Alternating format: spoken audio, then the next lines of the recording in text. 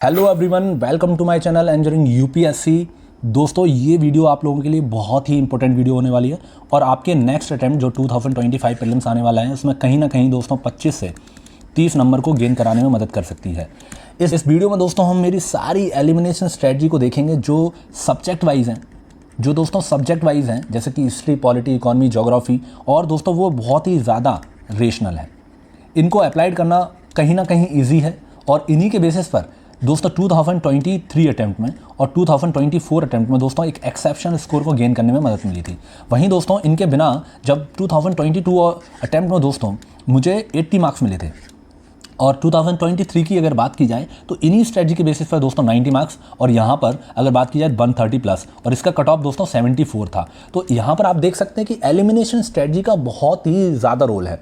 अगर दोस्तों क्रेडेंशियल की बात की जाए तो आप क्रेडेंशियल के लिए मेरी ये वीडियो देख सकते हैं। हालांकि 2024 की सिलेक्शन सीट की अगर बात की जाए तो दोस्तों ये IFS मीन्स के लिए दोस्तों सिलेक्शन सीट है और इसका बेसिस ये है कि 20 प्लस मार्क्स होने के बाद ही दोस्तों IFS में सिलेक्शन हो सकता है।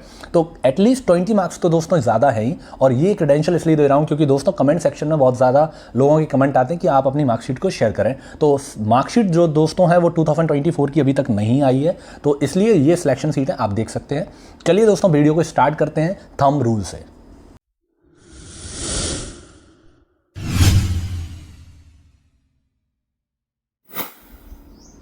दोस्तों एलिमिनेशन स्ट्रेटजी को यूज़ करने के लिए सबसे इंपॉर्टेंट होता है रेशनल माइंडसेट। रेशनल माइंडसेट के लिए थंब रूल बहुत ही ज़्यादा इंपॉर्टेंट है। आपकी स्क्रीन पर दोस्तों ये वीडियो आ रहा है। इस वीडियो में हम देख चुके हैं कि किस तरीके से रेशनल माइंडसेट का यूज़ होता है। इस वीडियो में दोस्तों हमने देखा था कि एलिमिनेशन स्ट्रेटजी का यूज़ करके कैसे 130 प्लस को मैंने स्कोर किया था यूपीएससी 2024 में। यहाँ पर दोस्तों हमने कुछ बेसिक थंब रूल की बात की थी और इन्हीं थंब रूल को हम बात करने वाले हैं दोस्तों इस वीडियो में, क्योंकि ये थंब रूल दोस्तों बहुत ही ज़्यादा यूज़फुल है रेशनल तरीके से सोचने के लिए। यदि आपको एलिमिनेशन स्ट्रेटजी फेल हो रही है तो दोस्तों कहीं ना कहीं इन थंब रूल की कमी की वजह से। तो चलिए समझते हैं ये थंब रूल है क्या। पहला थंब रूल है दोस्तों एग्जामिनर के माइंडसेट को समझना। यदि हम एग्जामिनर के माइंडसेट को समझ गए तो कहीं ना कहीं एलिमिनेशन स्ट्रेटजी वर्क करना स्टार्ट कर जाएगी और कभी फ्लॉप नहीं करेगी। फॉर एग्जांपल, एग्जामिनर कन्वीनियंस देखता है। एग्जामिनर को कन्वीनियंस कैसे देखता है दोस्तों? एग्जामिनर इसलिए कन्वीनियंस देखता है क्योंकि उसको एक एग्जाम नहीं बनाना है, उसको बहुत सारे एग्जाम बनाने हैं, और इसके लिए वो डेटा इनको गलत करने की कोशिश करता है, क्योंकि ये बहुत ही दोस्तों आसान होते हैं। किसी भी ऑर्गेनाइजेशन की बॉडी को गलत कर देगा या फिर किसी भी एक्ट को मिसप्लेस कर देगा, या फिर दोस्तों बहुत ही इंपॉर्टेंट चीज़ है कि वो आपको कंफ्यूज करेगा कि 2 डेटा दे देगा और 2 डेटा में से एक सही है एक गलत कर देगा, या फिर दोस्तों वो आपको इस तरीके से कंफ्यूज करेगा कि स्टार्टिंग का ऑप्शन ए थोड़ा सा एक्सप्लेनिंग दे देगा और ऑप्शन डी में आंसर दे देगा। तो इस तरीके से ऑप्शन एलिमिनेशन लगता है क्योंकि एग्जामिनर खुद कन्वीनियंस देखता है। सेकंड चीज़, एग्जामिनर को दोस्तों एलिमिनेशन कराना है। फॉर एग्जांपल दोस्तों 5 लाख लोगों को एग्ज़ाम देना है, 14,000 मेंस को क्लियर करेंगे। तो इतना जो एलिमिनेशन हो रहा है वो एलिमिनेशन कैसे होगा, किस बेसिस पर होगा, वो है एलिमिनेशन। और इसके लिए वो कहीं ना कहीं आपको कंफ्यूज करेगा, वो नेगेटिव स्टेटमेंट देगा, वो इस तरीके से आपके ऑप्शन को सेट करेगा कि बहुत सारे लोग एलिमिनेट हो जाएं, और यहीं से स्टार्ट होती है एलिमिनेशन स्ट्रेटजी। क्योंकि एग्जाम ही एलिमिनेशन का है, इसलिए दोस्तों एलिमिनेशन स्ट्रेटजी कभी फेल ही नहीं करेगी, क्योंकि एलिमिनेशन स्ट्रेटजी लगती ही एलिमिनेशन के बेसिस पर है। तो दोस्तों इसलिए एलिमिनेशन स्ट्रेटजी हमेशा लगती रहेगी। इसके लिए आपको बिल्कुल नहीं डरना है कि एलिमिनेशन स्ट्रेटजी खत्म होने वाली है। सेकंड होता है दोस्तों पॉजिटिव एक्सेप्शन। पॉजिटिव एक्सेप्शन बहुत ही इंपॉर्टेंट रूल है, और इसका मतलब ये है कि दोस्तों कि go for maximum rule. Maximum statement सही होंगे यहाँ पर इस पॉजिटिव एक्सेप्शन में। ये पॉजिटिव एक्सेप्शन लगता है इकोलॉजी में और साइंस एंड टेक्नोलॉजी में। इसका रीज़न हमने पीछे ही देखा था कि साइंस एंड टेक्नोलॉजी फ्यूचरिस्टिक है और कहीं ना कहीं दोस्तों सब कुछ पॉसिबल है, फ्यूचर में सब कुछ पॉसिबल है, इसलिए साइंस एंड टेक्नोलॉजी के ऑल द अबव स्टेटमेंट सही होते हैं। इकोलॉजी में दोस्तों अगर हम बात की जाए तो वर्ल्ड इतनी बड़ी है, हमने देखा पहले, और इतना छोटा हमारा कंट्री है और इतना बड़ा वर्ल्ड है, तो कहीं ना कहीं दोस्तों पॉजिटिव एक्सेप्शन होते हैं, इसलिए मैक्सिमम स्टेटमेंट सही होते हैं। और जब भी हमें इकोलॉजी और साइंस एंड टेक्नोलॉजी का एरिया दिखे तो हमें दोस्तों ऑल द अबव के करीब स्टेटमेंट को सही करना होता है या मैक्सिमम स्टेटमेंट सही करना होता है, और यही रूल है go for maximum rule. Maximum statement के लिए जाना है अगर हमें इकोलॉजी और साइंस एंड टेक्नोलॉजी के क्वेश्चन मिलते हैं। नेगेटिव एक्सेप्शन की बात की जाए तो दोस्तों बहुत ही रेयर चांस है कि ऑल द अबव स्टेटमेंट यहाँ पर सही हो जाए, और यहाँ पर दोस्तों जो नन ऑप्शन है, जैसे कि फॉर एग्जांपल पॉलिटी में दोस्तों जो नन ऑप्शन है उसके सही होने के चांस बढ़ जाते हैं, क्योंकि दोस्तों यहाँ पर बहुत ज़्यादा एक्सेप्शन है। For example sorry for saying that 300 people ने दोस्तों एक डॉक्यूमेंट बनाया और जिसका नाम रखा कॉन्स्टिट्यूशन, और इससे सोसाइटी चलनी है। सोसाइटी चलने के लिए बहुत सारे लॉ होते हैं और दोस्तों लॉ में हमेशा ही एक्सेप्शन होता है, इसलिए पॉलिटी में दोस्तों एक्सेप्शन बहुत ज़्यादा होते हैं। इकोनॉमी की अगर बात की जाए तो इकोनॉमी एक साइंस है और साइंस में हमेशा ही एक्सेप्शन रहते हैं, और हिस्ट्री दोस्तों एक फुल ऑफ एक्सेप्शन होता ही हिस्ट्री में। तो इसलिए ऑल द अबव स्टेटमेंट सही होने के बहुत ही रेयर चांस होते हैं। अगर दोस्तों ज्योग्राफी की बात की जाए, ज्योग्राफी एक साइंस है, इसलिए दोस्तों इसमें नेगेटिव एक्सेप्शन लगते हैं, और ज्योग्राफी दोस्तों इकोलॉजी की कहीं ना कहीं उसमें रिलेशनशिप होती है, इसलिए पॉजिटिव एक्सेप्शन होता है। तो ज्योग्राफी में दोस्तों ऑल द अबव स्टेटमेंट और मिनिमम स्टेटमेंट दोनों ही लगते हैं, और इसके कुछ क्वेश्चन टाइप होते हैं जहां पर हम आगे देखेंगे कि कैसे किन क्वेश्चन में दोस्तों पॉजिटिव एक्सेप्शन लगते हैं, किन क्वेश्चन में नेगेटिव एक्सेप्शन लगते हैं। तो इसी के बेसिस पर हम आगे एक और इंपॉर्टेंट चीज़ देखने वाले हैं कि कॉमन सेंस और लॉजिक। कॉमन सेंस और लॉजिक का दोस्तों बहुत ही इंपॉर्टेंट रोल है प्रीलिम्स में, एलिमिनेशन स्ट्रेटजी में, क्योंकि एलिमिनेशन स्ट्रेटजी का एक बहुत ही इंपॉर्टेंट दोस्तों अंग है कॉमन सेंस, और बिना कॉमन सेंस के हम एलिमिनेशन स्ट्रेटजी को सटीक तरीके से, सही तरीके से अप्लाई नहीं कर सकते, और इसको हम आगे देखेंगे। UPSC is a positive body, ये फ्रेज याद रखना बहुत ही इंपॉर्टेंट है। इसी फ्रेज के बेसिस पर हम कुछ ऐसे स्टेटमेंट को एलिमिनेट करेंगे जैसे कि दोस्तों no, none, never, can't, except, polity, ये स्टेटमेंट हमेशा ही गलत देखे गए हैं, और सम, कैन बी, पॉसिबली, ये स्टेटमेंट हमेशा ही दोस्तों पॉजिटिव देखे गए हैं, क्योंकि यहाँ पर लगता है पॉजिटिव एक्सेप्शन और यहाँ पर लगता है नेगेटिव एक्सेप्शन। तो इसी की वजह से कहीं ना कहीं दोस्तों ये स्टेटमेंट गलत होते हैं, ये स्टेटमेंट सही होते हैं। और ये स्टेटमेंट दूसरा रूल लगता है दोस्तों कन्वीनियंस, क्योंकि कन्वीनियंस होता है यहाँ पर किसी भी स्टेटमेंट में नो डाल दिया तो दोस्तों उसको पॉजिटिव से नेगेटिव बना दिया, और ये आपको एलिमिनेट करने के लिए एक बहुत ही इंपॉर्टेंट टूल की तरीके से यूज़ करती है यूपीएससी। तो यहाँ पर दोस्तों हमने इनको देखा, और यहाँ पर हमने देखा एक रेशनल अप्रोच को।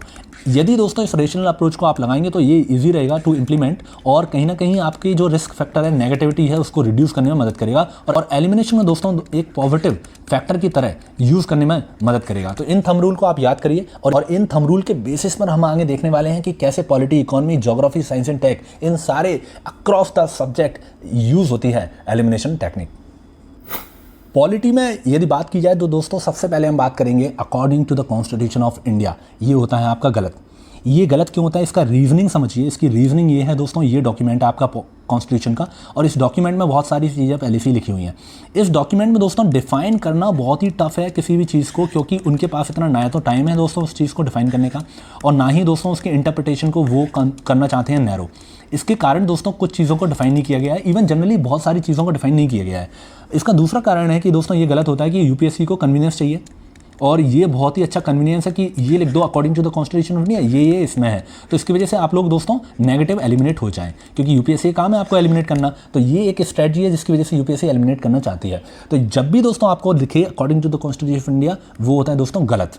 चाहे आप यहाँ देख लीजिए, यहाँ से दोस्तों ये 2022 का ये क्वेश्चन है। इससे मैं आपको एक चीज़ समझाना चाहता हूँ कि ऑड स्ट्रेटजी, ऑड स्ट्रेटजी कैसे काम करती है। फॉर एग्जांपल यहाँ पे लिखा है दोस्तों एन सयाल कमेटी, और दिस कमेटी दोस्तों ये ऐसी कमेटी है जो जनरली कहीं मिलेगी नहीं आपको। और सोचिए आप अगर एग्जामिनर हैं, ये कमेटी आपने विकिपीडिया पर सर्च किया और आपको ये कमेटी मिल गई, फिर आप इस कमेटी को दोस्तों गलत करा देंगे। यहाँ पर क्या लॉजिक है? ऑड स्ट्रेटजी का दोस्तों जो कारण होता है वो यही होता है कि जो जनरली नहीं दिखती हैं वो चीज़ें दोस्तों होती हैं सही। फॉर एग्जांपल ये जो कमेटी है दोस्तों, ये जनरली आपको नहीं मिलेगी, और ऐसी कमेटी जो जनरली नहीं मिले, ऐसा नाम जो जनरली नहीं मिले, उसको सर्च किया गया होगा। और अगर कोई भी चीज़ दोस्तों सर्च की गई है, अगर एग्जामिनर ने दोस्तों विकिपीडिया या फिर कोई ऐसी चीज़ से सर्च कर लिया है, तो वो होता है हमेशा सही, और इसी का नाम है ऑड स्ट्रेटजी। तो दोस्तों जब भी आपको ऑड नाम दिखे वो होते हैं सही। नीचे देखिए यहाँ पे लिखा है according to the constitution of India, क्या होगा? ये होगा दोस्तों गलत। और दो स्टेटमेंट आपने एलिमिनेट कर दिए तो क्वेश्चन बहुत ही आसान हो जाता है, क्योंकि एक स्ट्रेटजी हमें ये भी पता है, गो फॉर मिनिमम रूल, बहुत ही कम स्टेटमेंट की तरफ जाना ऑल द अबव पॉलिटी में सही नहीं होगा। ये कुछ स्ट्रेटजी हैं, इसके बेसिस पर हम अपने क्वेश्चन को सॉल्व कर सकते हैं। और नीचे अगर हम देखेंगे तो यहाँ पर भी लिखा है according to the constitution of India, ये होगा गलत। नीचे फिर आएंगे और नीचे देखेंगे दोस्तों कि किस तरीके से यहाँ पर भी लिखा है कॉन्स्टिट्यूशन ऑफ इंडिया प्रोवाइड्स, ये भी होगा गलत।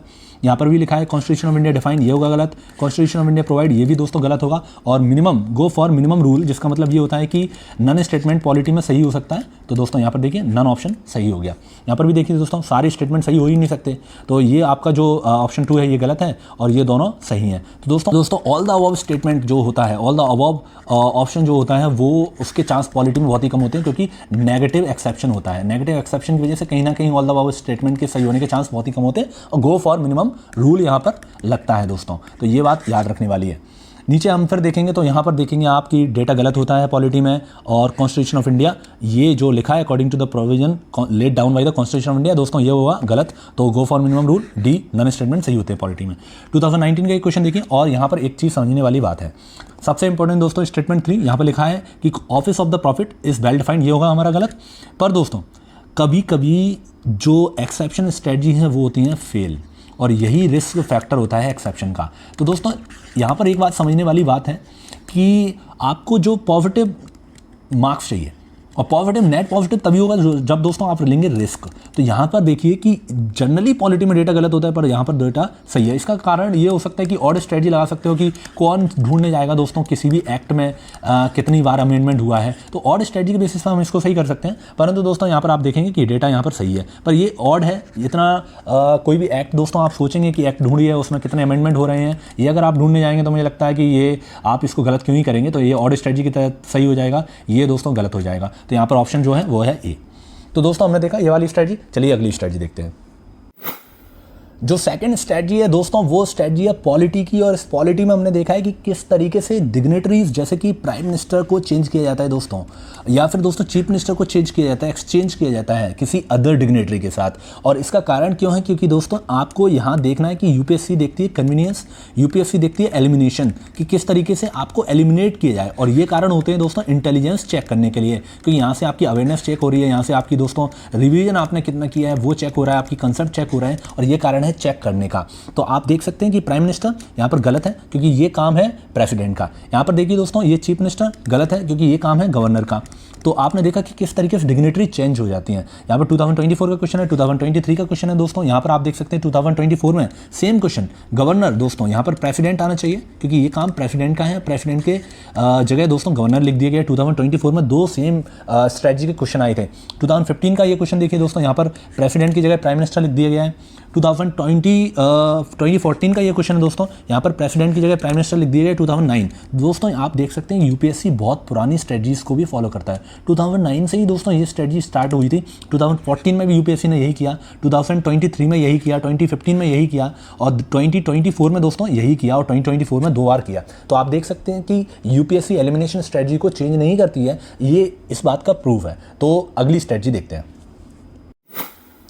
अब अगली स्ट्रेटजी आती है दोस्तों पॉलिटी की, और जिसमें हम देखेंगे कि क्यों डेटा पॉलिटी में गलत होता है। हमेशा ही देखा गया है, एक्सेप्शन आर ऑलवेज देयर, हमने पीछे भी देखा एक क्वेश्चन गलत था। पर दोस्तों ऐसे रेयर एक्सेप्शन की बेसिस पर आप अपने अटेम्प्ट को स्पॉइल मत करिए, क्योंकि दोस्तों आपको चाहिए पॉजिटिव मार्क्स। और यूपीएससी में एलिमिनेशन दोस्तों जो गेम होता है वो गेम होता है रिस्क फैक्टर का, और रिस्क हमेशा पॉजिटिव रहेगा दोस्तों, ये बात आप याद रख सकते हैं। यूपीएससी में रिस्क फैक्टर इसलिए दोस्तों काम करता है क्योंकि आपको एक ऐसा ऑफिसर बनाना है जो रिस्क ले सके, और जिस रिस्क को ले सके वो कैलकुलेशन के बेसिस पर। तो दोस्तों एक कैलकुलेटेबल रिस्क लीजिए, क्योंकि ये रिस्क लेंगे आपका दोस्तों पॉजिटिव रिजल्ट आएगा, और ये बहुत ही नीड है सिलेक्शन के लिए। डेटा क्यों गलत होता है इसका कारण समझिए। डेटा गलत होना सबसे पहला कारण है दोस्तों कन्वीनियंस, कि यूपीएससी को कन्वीनियंस रहता है। दूसरा इसका कारण है दोस्तों डेटा याद करना बहुत ही ज़्यादा टफ होता है, और अगर दोस्तों यूपीएससी डेटा याद करने पर आ जाए तो आपको बहुत ज़्यादा मेहनत करनी पड़ सकती है, और ये एक्सपेक्ट भी नहीं किया जाता है दोस्तों आपसे कि आप डेटा को याद करके चलें।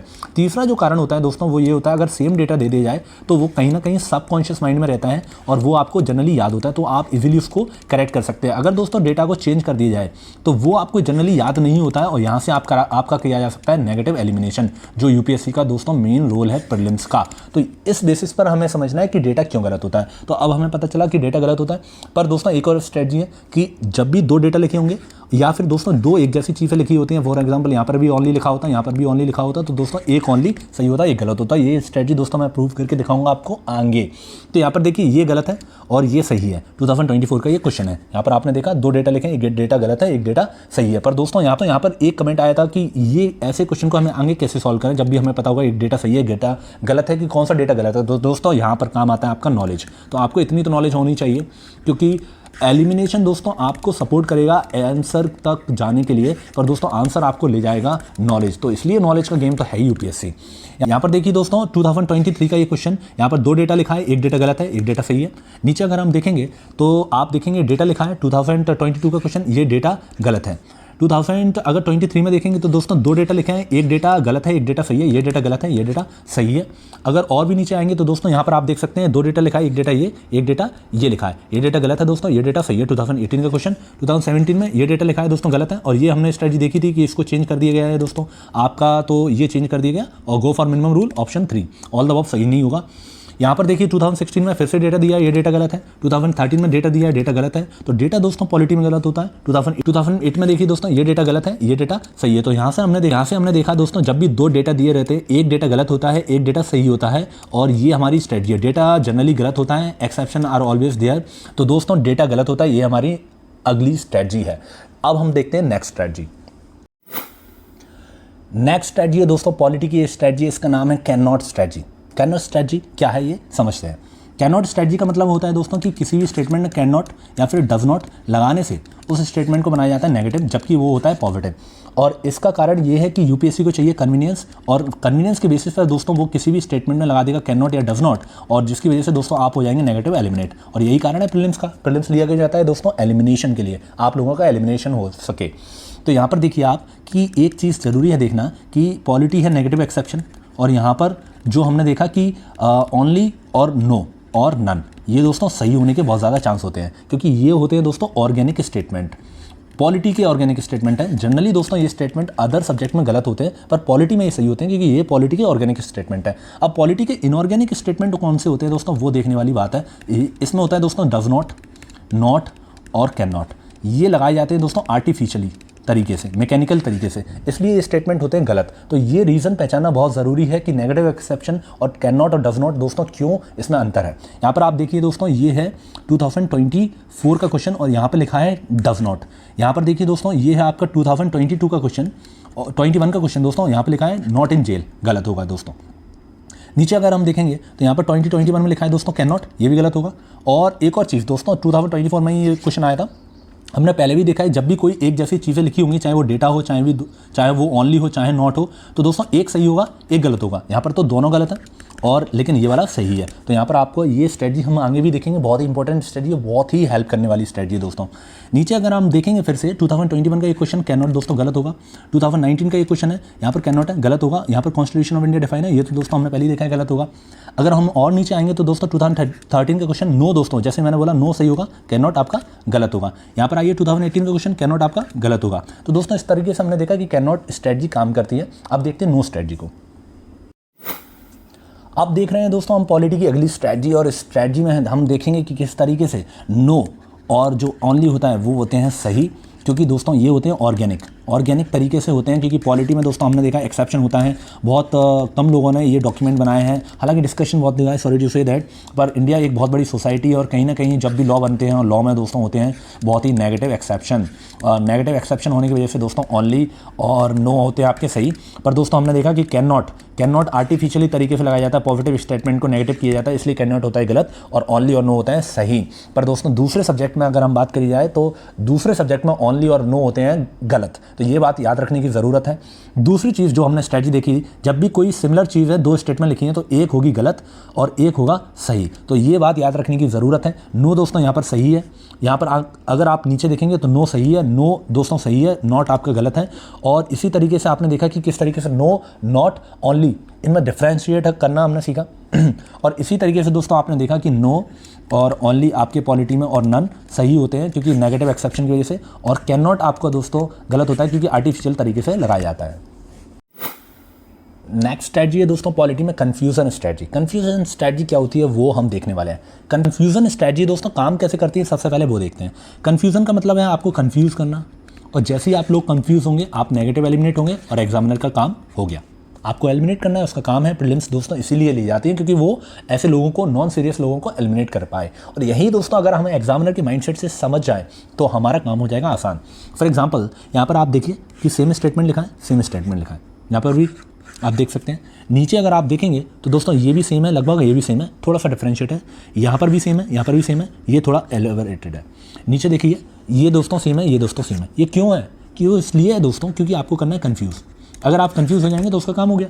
तो यहीं से दोस्तों हमें थोड़ा सा बेनिफिट लेना है, क्योंकि आंसर अगर आप देखेंगे तो इन दोनों में से ही होगा। फॉर एग्जांपल दोस्तों यहाँ पर आंसर है बी, यहाँ पर अगर आप देखेंगे तो आंसर है सी, मोर एलेबोरेटेड। ऊपर देखेंगे तो आंसर दोस्तों यहाँ पर है डी, यहाँ पर देखेंगे आप डी, और नीचे अगर देखेंगे तो दोस्तों इसका आंसर क्या होगा, सी। तो यहाँ पर आप देख सकते हैं कि कन्फ्यूजन स्टडी कैसे काम करती है। उन दोनों ही स्टेटमेंट जो कन्फ्यूज है दोस्तों, वहीं आपको आंसर लगाना है, और ये है एलिमिनेशन स्ट्रेटजी का कन्फ्यूजन स्ट्रेटजी। नेक्स्ट स्ट्रेटजी है दोस्तों पॉलिटी की, वो है ऑल द अबव स्ट्रेटजी। अभी तक हमने देखा कि पॉलिटी एक नेगेटिव एक्सेप्शन वाला एरिया है, या फिर सब्जेक्ट बोल सकते हैं, पर क्यों पॉलिटी में ऑल द अबव सही हो जाता है, ये हम देखने वाले हैं इस स्ट्रेटजी में। जनरली आपको जाना है दोस्तों, गो फॉर मिनिमम रूल, कि मिनिमम स्टेटमेंट सही होंगे पॉलिटी में, क्योंकि पॉलिटी एक नेगेटिव एक्सेप्शन वाला एरिया है। और पॉलिटी दोस्तों कहीं ना कहीं कुछ ही लोगों ने कुछ डॉक्यूमेंट बनाए, हालांकि डिस्कस करके बनाए, पर जो लॉ होते हैं उनमें बहुत ज़्यादा एक्सेप्शन होते हैं। इसलिए दोस्तों ऑल द अबव स्टेटमेंट होता है गलत। पर कभी कभी दोस्तों आपका ऑल द अबव स्टेटमेंट सही होगा, और वो हमें देखना है किस तरीके के क्वेश्चन में ऑल द अबव स्टेटमेंट सही होगा। 2011 का एक क्वेश्चन देखिए, यहाँ पर ऑल द अबव आंसर है। 2017 का क्वेश्चन दोस्तों ऑल द अबव आंसर है। यहाँ पर देखिए 2020 का एक क्वेश्चन आंसर है ऑल द अबव, और 2024 का क्वेश्चन देखिए दोस्तों, यहाँ पर आंसर है ऑल द अबव। यहाँ पर ऐसा इसलिए हुआ है क्योंकि दोस्तों यहाँ पर आप स्टेटमेंट देखिए, किसी भी प्रकार से कोई भी इंटरफेरेंस नहीं है, एक बेयर स्टेटमेंट लिखे हुए हैं। यहाँ पर देखिए बेयर स्टेटमेंट है, कोई भी इंटरफेरेंस नहीं है। यहाँ पर भी देखिए 2017 में दोस्तों बेयर स्टेटमेंट है, कोई भी इंटरफेरेंस नहीं। 2011 बेयर स्टेटमेंट है, कोई भी इंटरफेरेंस नहीं है। तो यहाँ पर आप देख सकते हैं कि नेगेटिव एक्सेप्शन कब लगता है, क्योंकि कोई स्टेटमेंट हो, और स्टेटमेंट में दोस्तों कहीं ना कहीं या तो कैन नॉट लगा दिया जाता है, या पर जनरली एक्सेप्शन होते हैं पॉलिटी में, और उस वजह से वो स्टेटमेंट होता रहता है गलत। पर यहाँ पर ऑल द अबव स्टेटमेंट इसलिए सही है क्योंकि कोई भी इंटरफेरेंस नहीं है, एक बेयर स्टेटमेंट लिखे हुए हैं, इसलिए दोस्तों ये ऑल द अबव स्ट्रेटजी है, और यहाँ पर ऑल द अबव हमेशा ही सही होते हैं। अब पॉलिटी में देखने वाले हैं दोस्तों सबसे इंपॉर्टेंट एलिमिनेशन स्ट्रेटजी, और इसका नाम है गो for minimum rule. Go for minimum rule, और ये काम करता है दोस्तों नेगेटिव एक्सेप्शन पर। नेगेटिव एक्सेप्शन क्या होता है, नेगेटिव एक्सेप्शन का मतलब है दोस्तों पॉलिटी में बहुत ही ज़्यादा एक्सेप्शन होते हैं, और इस वजह से कहीं ना कहीं दोस्तों सारे स्टेटमेंट सही होने के चांसेस होते हैं बहुत ही कम। ऑल द अबव स्टेटमेंट दोस्तों सही होने के चांसेस होते हैं बहुत ही कम, और इसका एक एक्सेप्शन हमने देखा है कि कहाँ पर ऑल द अबव स्टेटमेंट सही होते हैं। अब नीचे देखते हैं दोस्तों कि किस तरीके से स्ट्रेटजी काम करती है।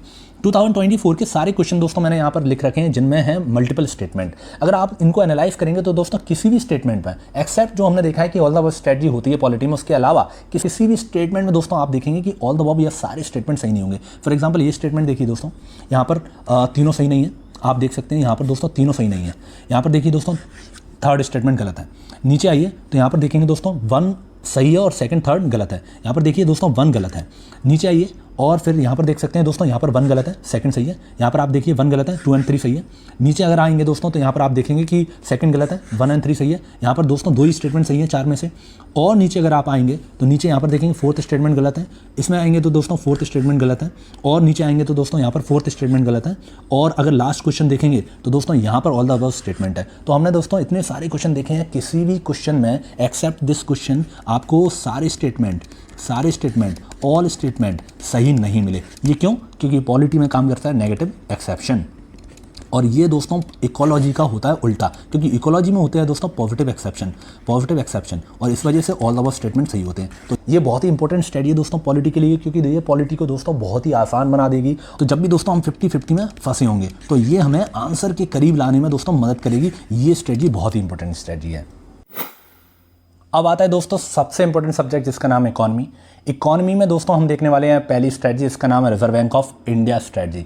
पर दोस्तों यहाँ पर एक बात याद रखने की ज़रूरत है कि रिजर्व बैंक ऑफ इंडिया क्यों गलत होता है, इसका जो रीज़न है वो समझने की ज़रूरत है। रिजर्व बैंक ऑफ इंडिया क्यों गलत होता है, इसका कारण ये है कि रिजर्व बैंक ऑफ इंडिया दोस्तों इसको गलत करने का जो कारण है वो है कन्वीनियंस। यूपीएससी कहीं ना कहीं कन्वीनियंस देखते जो हम देखते आ रहे हैं, इसकी वजह से आपको एलिमिनेट किया जाए, रिजर्व बैंक ऑफ इंडिया को किसी दूसरे ऑर्गेनाइजेशन के साथ एक्सचेंज कर दिया जाए और आप एलिमिनेट हो जाएं। दूसरा इसका कारण है कि रिजर्व बैंक ऑफ इंडिया को गलत करने का कारण है दोस्तों आरबीआई और जो गवर्नमेंट है उसमें क्लैशेस चलती रहती हैं दोस्तों, कहीं ना कहीं उसके फंक्शन में एक्सेप्शन होते हैं और इन एक्सेप्शन का यूज़ करके यूपीएससी आपको एलिमिनेट करती है।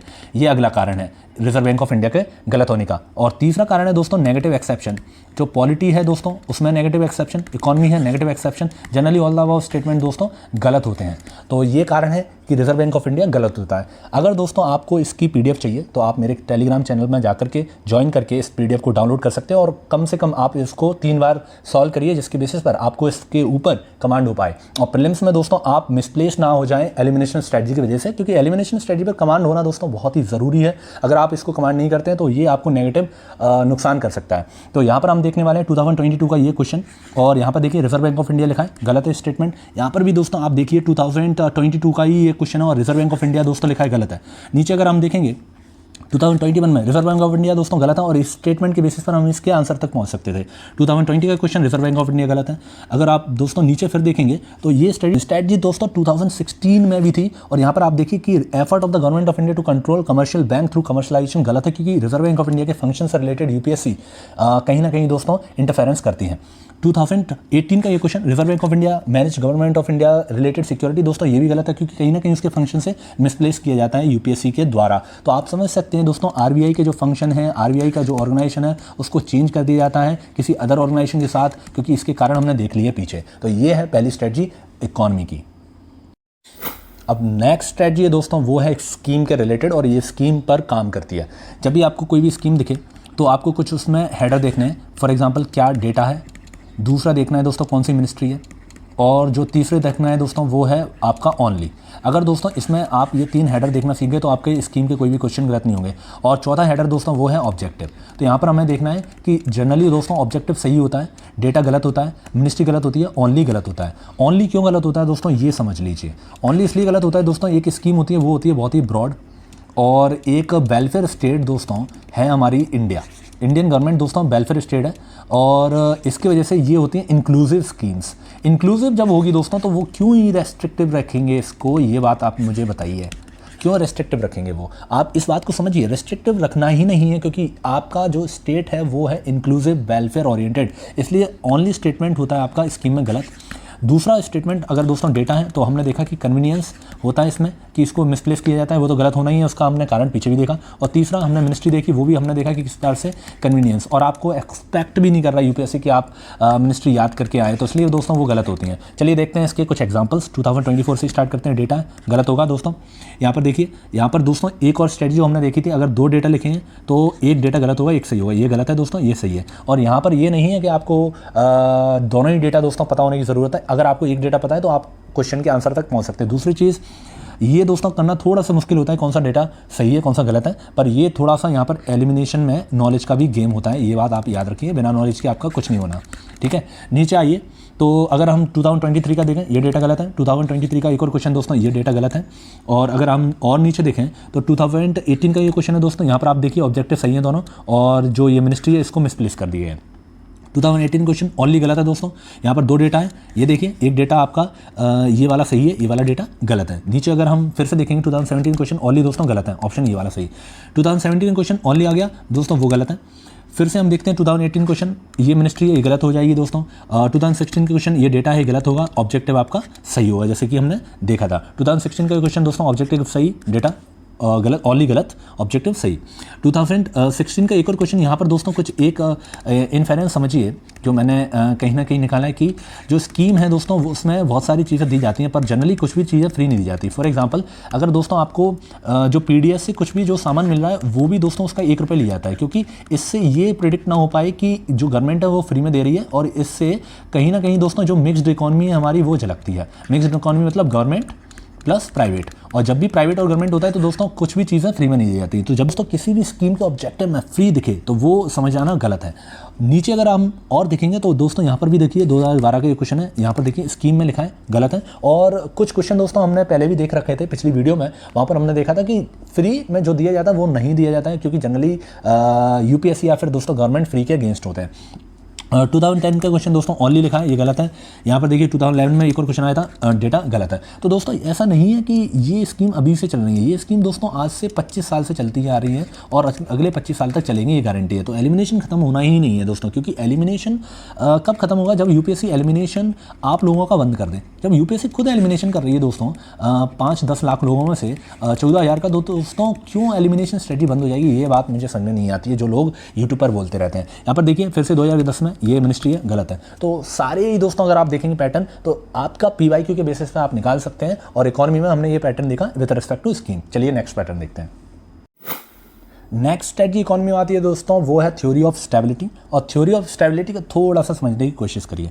ये है इकोनॉमी, और इस इकॉनमी में दोस्तों बहुत सारे लोगों ने इन्वेस्टमेंट किया है और आपके बहुत सारे लोग काम करते हैं। अगर दोस्तों ये लोग काम करते हैं और अनस्टेबिलिटी आती है तो इनके पैसे डूब जाएंगे और मास डेथ हो जाएगी। इसको रोकने के लिए दोस्तों दो गवर्नमेंट बॉडी है, एक गवर्नमेंट और दूसरी आरबीआई। ये दोनों दोस्तों इस तरीके से काम करती है कि इनके ऑब्जेक्टिव हैं कि इकोनॉमी को स्टेबिलिटी लाए। अगर दोस्तों ये इतनी बड़ी बॉडी हैं और स्टेबिलिटी चाहती हैं तो इस तरीके के स्टेटमेंट जो ड्रास्टिकली इनोवसली इंक्रीज़ करेंगे दोस्तों वो इकोनॉमी को अनस्टेबल करेंगे। और क्यों UPSC as a positive body in statement को दोस्तों सही करेगी, ये बात लॉजिकली सोचिए आप। तो यहाँ पर जब भी आपको ऐसे दिखे जो एक्सट्रीम स्टेटमेंट है इकोनॉमी को अनस्टेबल करें, वो स्टेटमेंट होते हैं गलत। ये भी गलत है, ये भी गलत है और ये गलत है।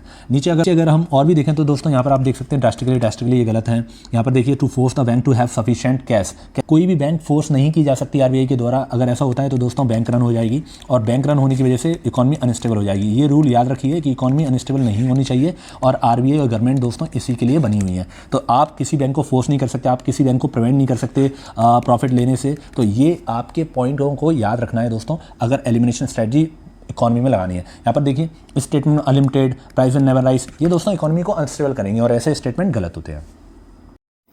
जो हमारी अगली स्ट्रेटजी आती है इकोनॉमी में दोस्तों वो है थ्योरी ऑफ पॉजिटिविटी।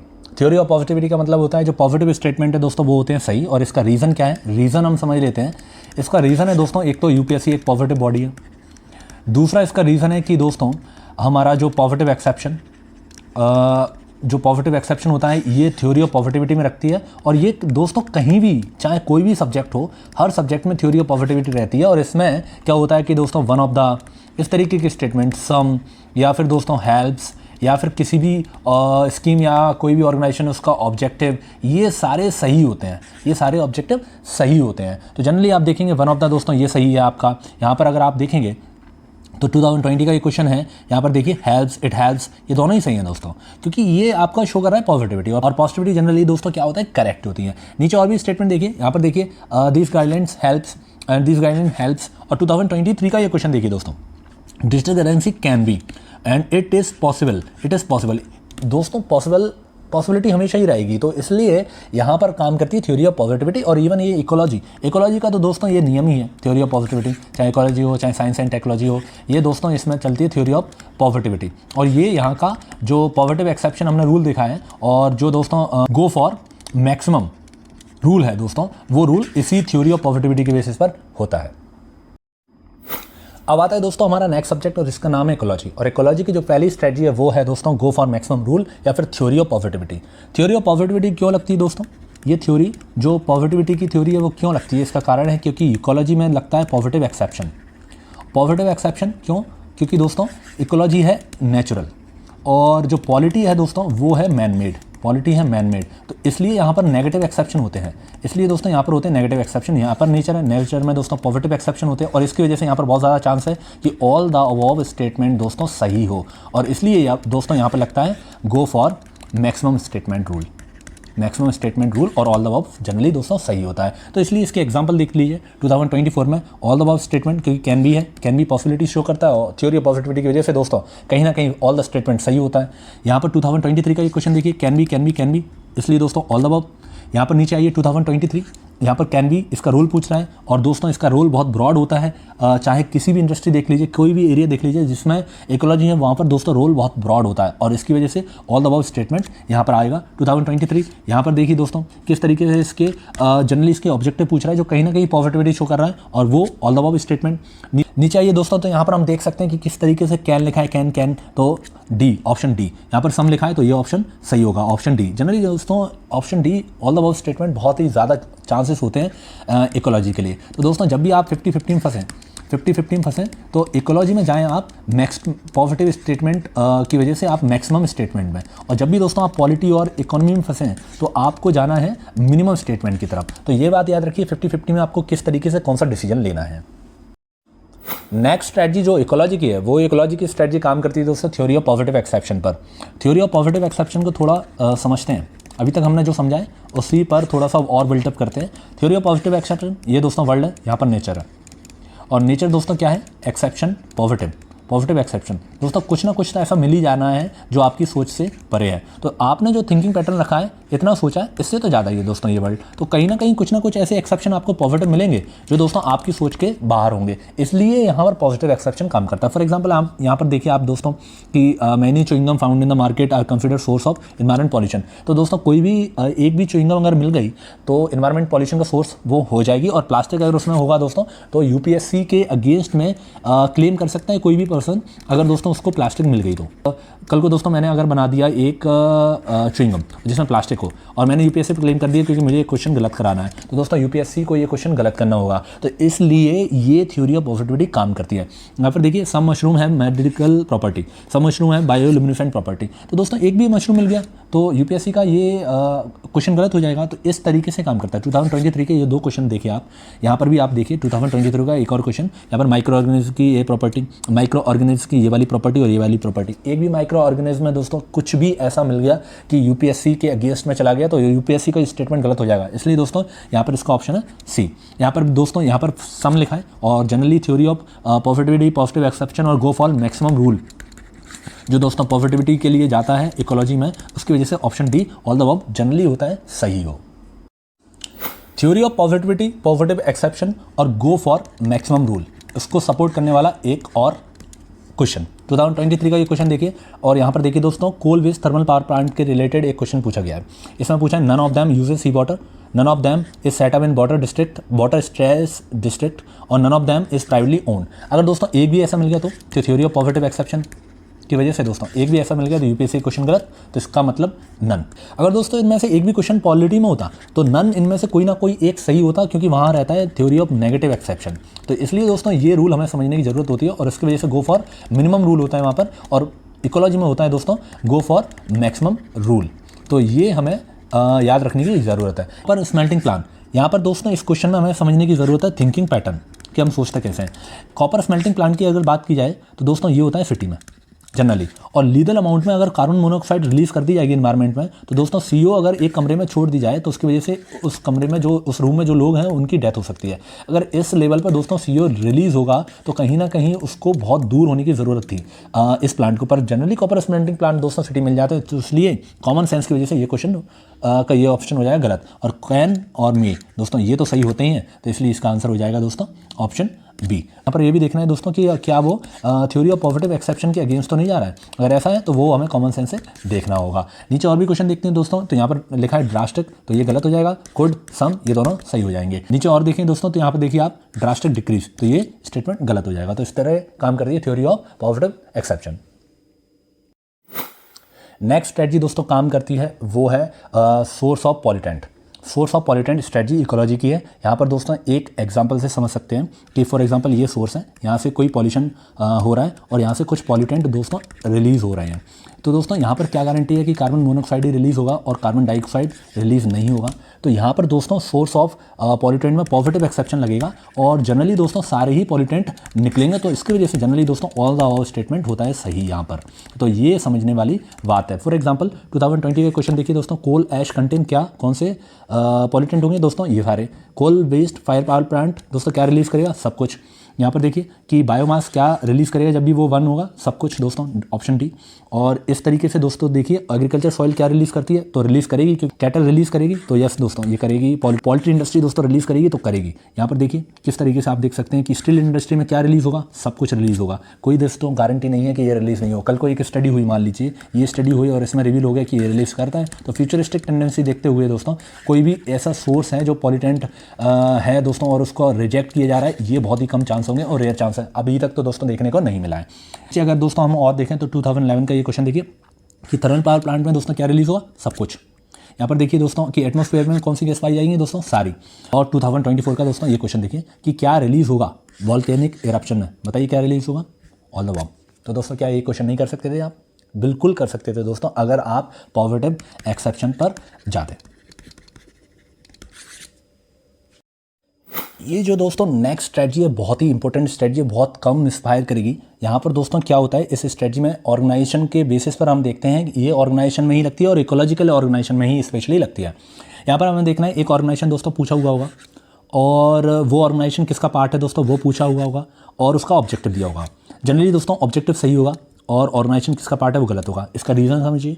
ऑब्जेक्टिव जो होता है दोस्तों वो जनरली सही होता है, क्योंकि थ्योरी ऑफ पॉजिटिविटी की वजह से ऑब्जेक्टिव जनरली सही देता है। UPSC is a positive body, और जनरली वो चेक करना चाहता है कि ऑब्जेक्टिव की अंडरस्टैंडिंग है आपको या नहीं, क्योंकि ऑब्जेक्टिव एक बहुत ही इंपॉर्टेंट चीज़ होती है किसी भी ऑर्गेनाइजेशन की, और ये पता होना बहुत ज़रूरी है यूपीएससी के पर्सपेक्टिव से। दूसरा चीज़, यहाँ पर एक ऑर्गेनाइजेशन दिया होगा, ये ऑर्गेनाइजेशन दोस्तों यूपीएससी कन्वीनियंस के बेसिस पर इसको एक्सचेंज कर देगी किसी दूसरे ऑर्गेनाइजेशन के रिस्पेक्ट में। तो दोस्तों यहाँ पर ये चेक करना होगा आपको कि किस तरीके से ये ऑर्गेनाइजेशन गलत है। तो ये यूपीएससी यहाँ पर आपको पूछना चाहती है, क्योंकि आपको करना है उसको एलिमिनेट। अगर आप इसको पहचान लेंगे तो आप पॉजिटिव एलिमिनेट होंगे, नहीं पहचान पाएंगे तो नेगेटिव एलिमिनेट होंगे। ये सिंपल रीज़न है यूपीएससी प्रीलिम्स कराने का। तो ये गलत होगा, ये सही होगा। ऑप्शन क्या होगा दोस्तों, ये। और यहाँ पर आइए 2022, ये ऑर्गेनाइजेशन दिया है, गलत होगा। सम सही होगा, ऑब्जेक्टिव सही होगा, ऑब्जेक्टिव सही होगा, ऑर्गेनाइजेशन गलत होगा। अगर हम फिर से देखें 2022 का ये क्वेश्चन, ऑर्गेनाइजेशन दिया है, गलत होगा, ऑब्जेक्टिव सही। 2021 का क्वेश्चन दोस्तों, ऑर्गेनाइजेशन गलत, ऑब्जेक्टिव दोनों सही। 2018 का क्वेश्चन देखिए दोस्तों, ऑर्गेनाइजेशन जो होगा वो गलत होगा और ऑब्जेक्टिव सही होगा। नीचे अगर हम और भी क्वेश्चन देखें तो 2017 का क्वेश्चन देखिए दोस्तों, ऑर्गेनाइजेशन गलत, ऑब्जेक्टिव होगा सही, ऑर्गेनाइजेशन गलत, ऑब्जेक्टिव सही। और भी नीचे देखेंगे तो 2016 में दोस्तों यहाँ पर पूछा है ऑर्गेनाइजेशन वो गलत होगा और ऑब्जेक्टिव होगा सही, और यहाँ पर ऑर्गेनाइजेशन होगा गलत दोस्तों, ऑब्जेक्टिव होगा सही। तो किस तरीके से दोस्तों पैटर्न काम करते हैं ये बहुत इंपॉर्टेंट है अगर हमें प्रीलिम्स निकालनी है तो। साइंस एंड टेक्नोलॉजी से स्टार्ट करते हैं दोस्तों अब अगला सब्जेक्ट। साइंस एंड टेक्नोलॉजी में अगर बात की जाए तो दोस्तों यहाँ पर सेम इकोलॉजी और साइंस एंड टेक्नोलॉजी सेम होता है। साइंस एंड टेक्नोलॉजी में थोड़ा सा डिफरेंस होता है, वो ये होता है कि साइंस एंड टेक्नोलॉजी में दोस्तों अप्लाइड जो क्वेश्चन होते हैं वो जनरली फॉलो करते हैं दोस्तों गो फॉर मैक्सिमम रूल और पॉजिटिव एक्सेप्शन।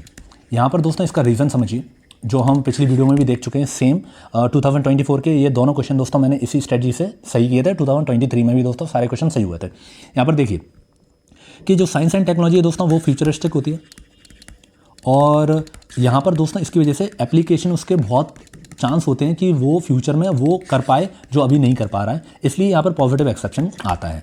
और इसी वजह से दोस्तों यहाँ पर लगता है गो फॉर मैक्सिमम रूल, इसलिए गो मैक्सिमम स्टेटमेंट में जाना है और ऑल द वॉब होने के पूरे चांस होते हैं। तो यहाँ पर दोस्तों समझिए 2024 के क्वेश्चन से यहाँ पर लिखा है दोस्तों हाइड्रोजेल कहाँ यूज़ हो सकता है, कहाँ यूज़ होगा, डी।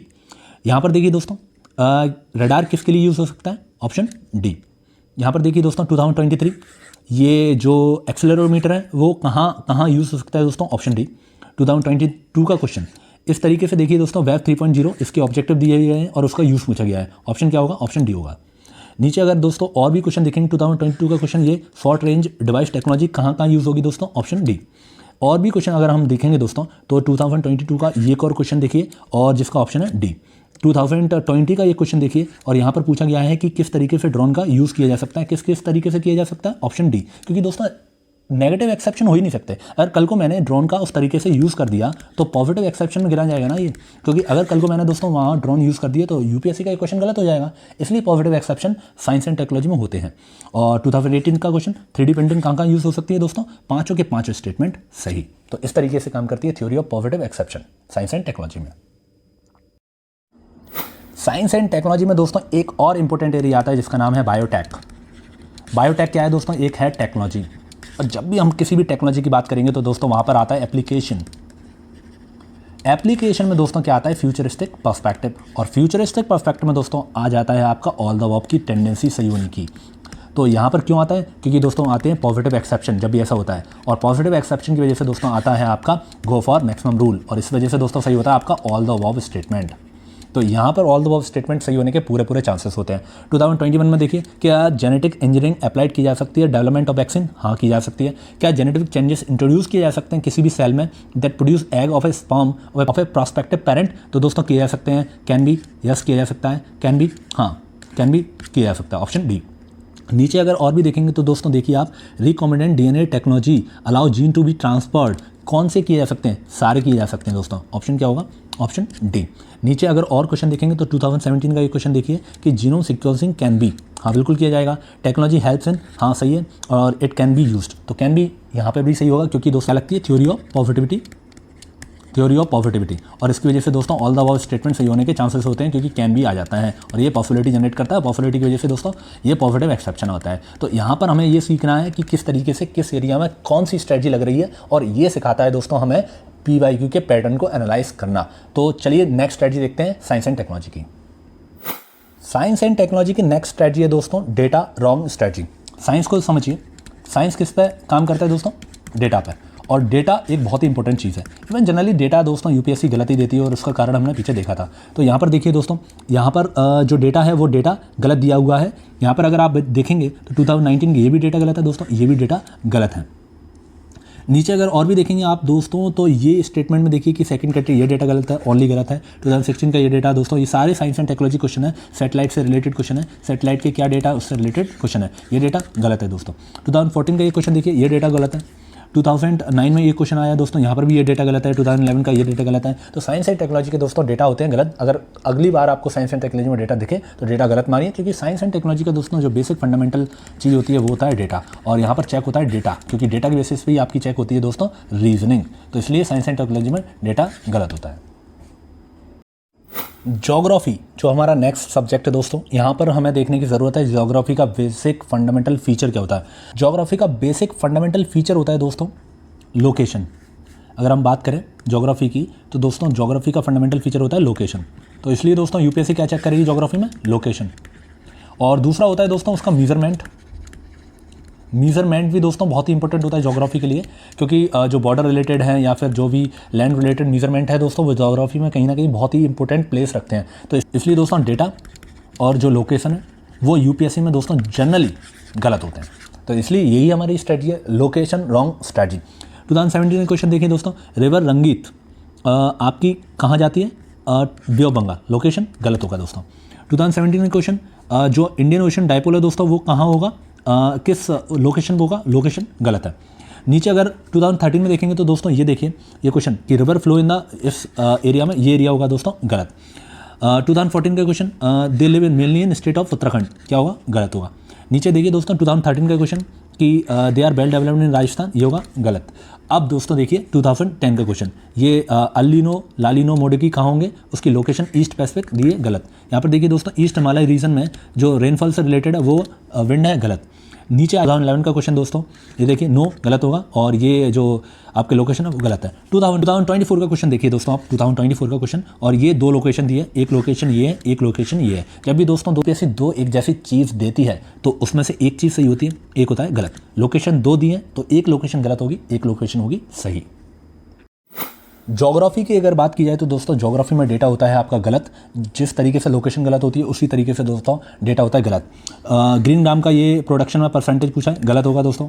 2020 का क्वेश्चन, ये 20 का ही क्वेश्चन है, ये भी 20 क्वेश्चन दोस्तों। यहाँ पर देखिए ये डेटा गलत होगा।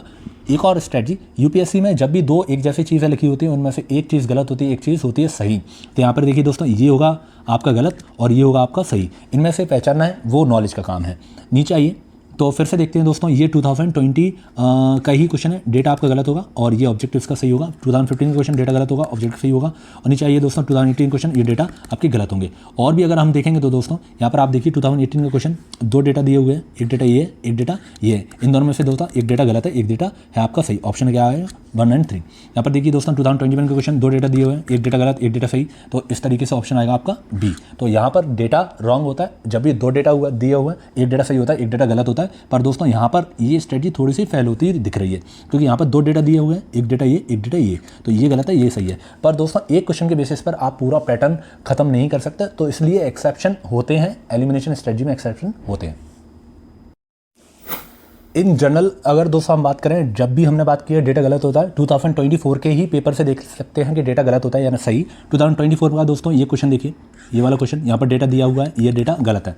2024 का ही दोस्तों ये स्कीम वाला डेटा क्वेश्चन देखिए, यहाँ पर देखिए सेकंड एंड थर्ड ये लिखा है, 6 मंथ लिखा है, ये गलत है, ऑब्जेक्टिव सही है। नीचे अगर हम दोस्तों और देखें तो दो स्टेटमेंट लिखे हैं, एक स्टेटमेंट में ये डेटा लिखा है, एक स्टेटमेंट में ये डेटा लिखा है, ये डेटा गलत है, ये डेटा दोस्तों सही है। 2024 का ये देखिए दोस्तों, ये डेटा गलत है, ये डेटा सही है। तो हमने देखा दो डेटा लिखे हैं तो एक डेटा सही होता है, एक डेटा गलत होता है। Data in general theory of positive exception. Positive exception मतलब दोस्तों कोई ना कोई एक चीज़ तो मिली जाएगी जो आपने नहीं सोची होगी और जो स्टेटमेंट में बोल रहा है कि ऐसी चीज़ें नहीं मिलेगी, ये है थ्योरी ऑफ पॉजिटिव एक्सेप्शन।